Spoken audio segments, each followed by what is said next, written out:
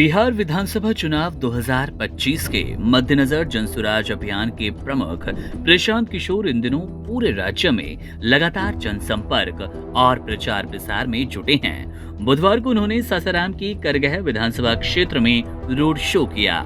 इस दौरान इलाके में जनसुराज समर्थकों की भारी भीड़ उमड़ी और लोगों ने फूल मालाओं से उनका भव्य स्वागत किया।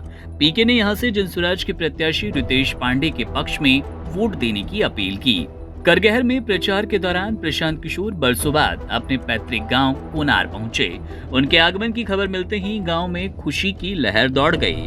सड़क के दोनों ओर लोगों की भीड़ उमड़ी और हर कोई अपने गांव के सपूत की एक झलक पाने को उत्सुक था। प्रशांत किशोर के गांव पहुंचने का ये पल उनके समर्थकों और ग्रामीणों के लिए बेहद भावनात्मक रहा।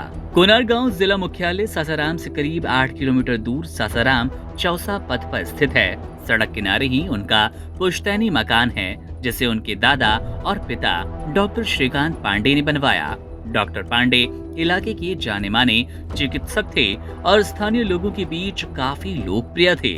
प्रशांत किशोर का परिवार कई साल पहले कोनार से बक्सर शिफ्ट हुआ, लेकिन गांव से उनका गहरा जुड़ाव आज भी बरकरार है।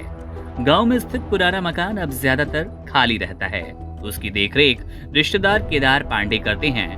पीके जब बुधवार को वहां पहुंचे तो उन्होंने अपने पुराने घर का दौरा किया और माता पिता का कमरा देखकर भावुक हो उठे। गांव के बुजुर्गों और परिचितों ने उनसे मुलाकात की और पुराने दिनों को याद किया।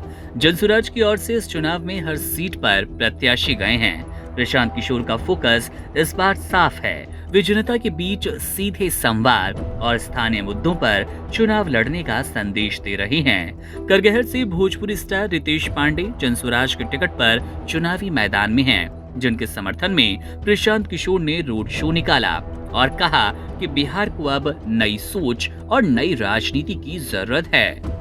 पीके की सभाओं और रैलियों में भीड़ लगातार बढ़ रही है। उनका सीधा हमला न तो केवल महागठबंधन पर है और न सिर्फ एनडीए पर, बल्कि वे दोनों पर बराबर निशाना साध रहे हैं।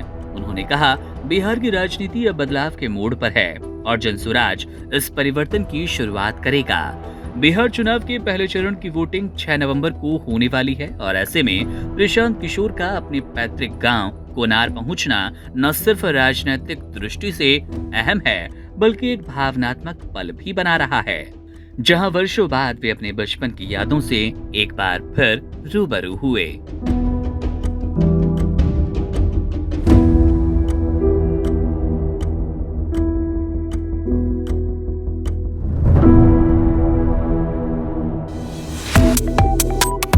Subscribe to One India and never miss an update.